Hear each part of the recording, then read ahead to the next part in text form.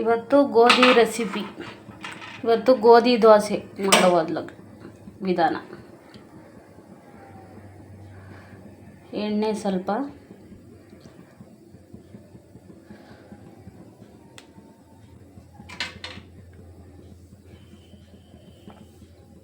ಇದಕ್ಕೆ ಇವಾಗ ಸ್ವಲ್ಪ ಈರುಳ್ಳಿ ಹಾಕ್ತಾ ಇದ್ದೀನಿ.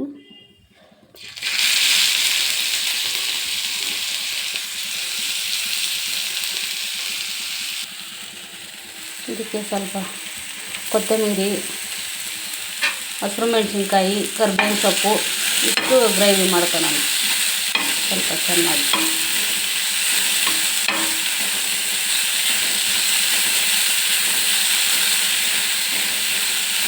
ಗೋಧಿ ದೋಸೆಗೆ ಈ ಥರ ಫ್ರೈ ಮಾಡಾಕಿದ್ರೆ ಟೇಸ್ಟು ಚೆನ್ನಾಗಿರುತ್ತೆ.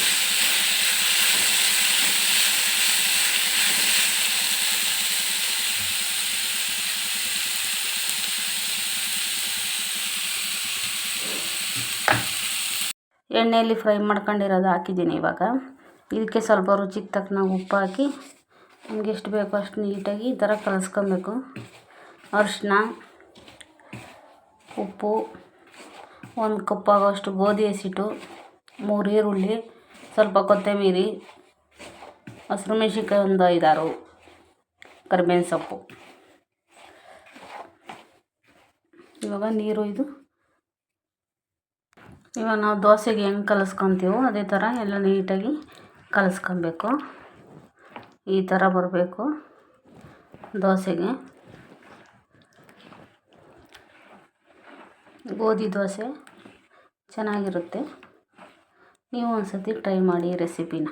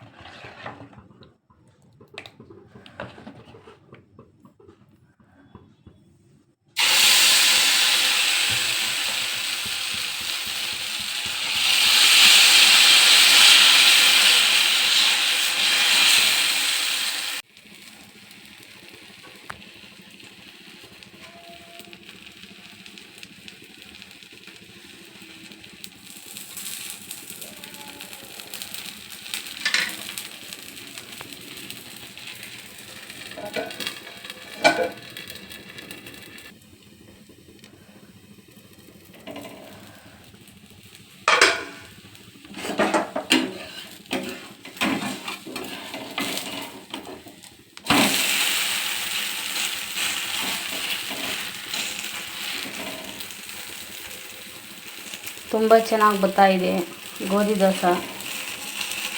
ತುಂಬ ಸಮಯದಲ್ಲಿ ಬೇಗ ಅರ್ಜೆಂಟಿಗೆ ಆರಾಮಾಗಿ ಮಾಡ್ಕೊಬೋದು.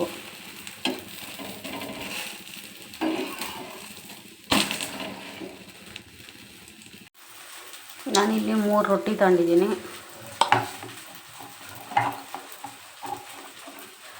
ಸ್ವಲ್ಪ ತುಪ್ಪ, ಬಿಸಿ ಬಿಸಿ ಇರೋವಾಗೇ ತುಪ್ಪ ತಿಂತಾಯಿದ್ರೆ ರೊಟ್ಟಿ ಚಪಾತಿ ಸೂಪರಾಗಿರುತ್ತೆ.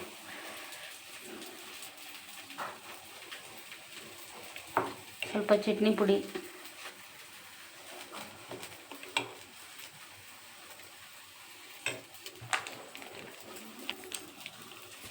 ಸ್ವಲ್ಪ ಮೊಸರು. ತುಂಬ ಚೆನ್ನಾಗಿರುತ್ತೆ. ನೀವು ಒಂದು ಸತಿ ಈ ರೆಸಿಪಿನ ಟ್ರೈ ಮಾಡಿ ಫ್ರೆಂಡ್ಸ್. ತುಂಬ ಚೆನ್ನಾಗಿದೆ. ಲೈಕ್ ಆ್ಯಂಡ್ ಶೇರ್ ಮಾಡಿ ಫ್ರೆಂಡ್ಸ್.